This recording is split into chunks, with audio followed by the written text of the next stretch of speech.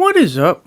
Hopefully you guys are having a wonderful day. Back with some more Alan Wake 2 NightSprings DLC. And here I'm going to be talking about the latest DLC and why I believe if you have this game and you're curious about the DLC, is it worth it? I damn well say pick it up because this DLC is even wilder, more weirder than even the main campaign of the game, which is saying something.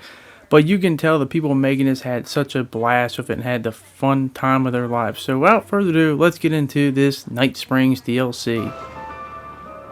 NightSprings.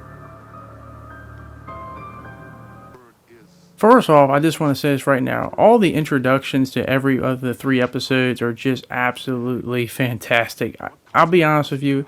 I could listen to Warren Dorr talk all day. He's got that Morgan Freeman about him where it don't matter what he's saying. Just hearing the sound of his voice is just... He could be talking about paint drying on a wall and I'd be completely and absolutely invested in what he was talking about. Great introduction to every single of these 3 episodes. In the first episode, Number One Fan, you play as the waitress from the diner. And because a fish told you so on the wall, your writer, your precious writer, is in danger. And you're the only one who can save him.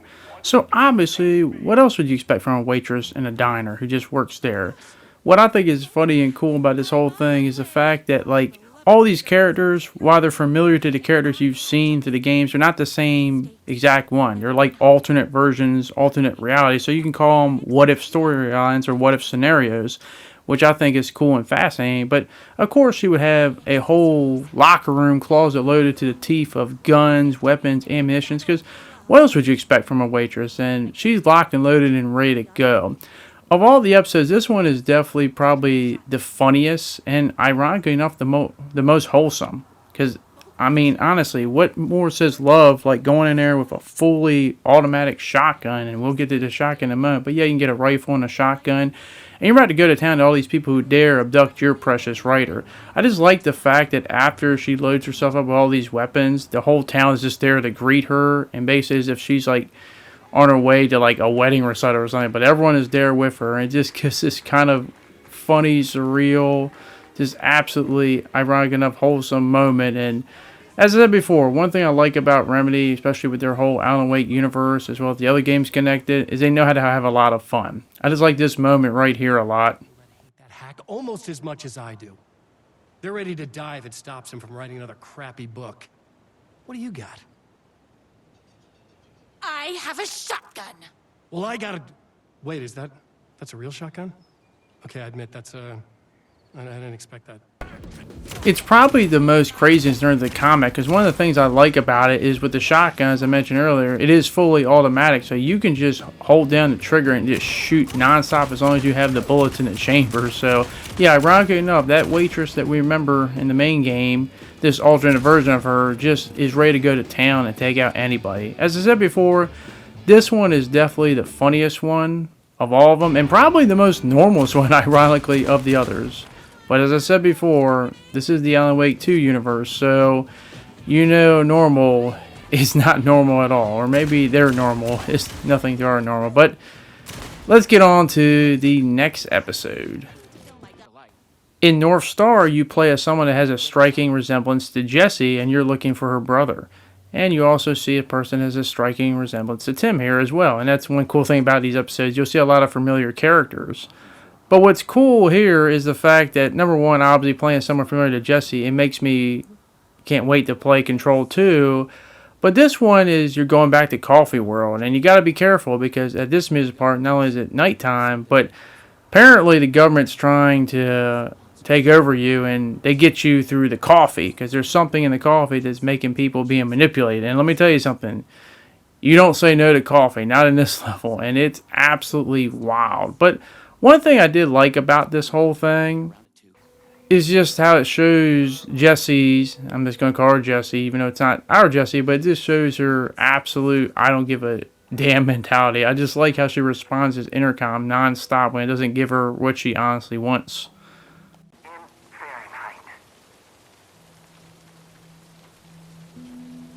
I'm not a fucking barista. That is incorrect. Verification required. Oh, come on! Try the coffee. I don't want to drink your damn coffee. Try the coffee. Try the coffee. It actually plays more like how Alan Wake would normally play with the flashlight mechanic as well as the gunplay. And let me tell you something, the gun, man, it definitely has a huge extended mag because that thing's fire rate is crazy. And once again, I just had to point out that Alan Wake at nighttime looks really good, especially with the lighting effect. Graphically, just like the main game, it's definitely insanely impressive to look at. But you thought I was joking about the coffee? Oh no. Be careful, because the coffee ain't playing around. And the coffee, if you don't become the coffee will get you, and it will mess you up. As I said before, it's a nice, fun little mini adventure here, which has a huge implication of just confusing you in terms of the conspiracy within the conspiracy. But as I said before, be careful, because if you don't become the coffee is going to get you.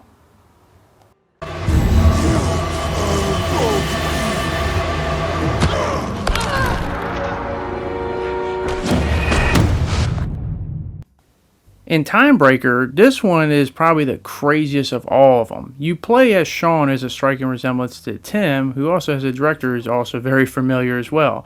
And you're basically playing the role as an actor in terms of someone who can go through the multiverse. And what seems like he's just acting, playing a role. No, you literally go through the multiverse in a very distinct and interesting ways. And as I said before, it makes you question what is real, what is not, and also the realms of reality. It really goes all in, and that's what we love the Alan Wake universe for just going absolutely crazy, batshit insane, but it's a load of fun. And I just like this whole explanation that the director gives you to talk about what you're going to do for the character in the future. That's where these ideas and inspirations come from. They seep through. Somewhere this here, us talking, is part of the video game, and another version of you is playing it. Somewhere your character, the agent, is real, and he could appear here through a portal anytime now. Right. Yeah, right, Sam. You are a maniac, man. Totally. Once again, like the previous story, this one also involves a mechanic that you can be familiar with from the Alan Wake 2 campaign on Alan's side with the whole lamp thing, or in this case the PRS, where you absorb an energy node, which allows you to transform between different realities and dimensions.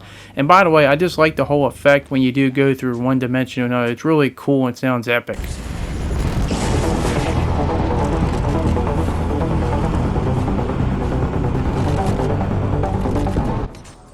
And where you go, trust me, they will take you to so many different ways. And it seems like the further you go, the more insane the one place you went to goes to the next thing. And I mean everything. And here, you might go into a noir version of everything you might see, or you might just jump face first into a comic book.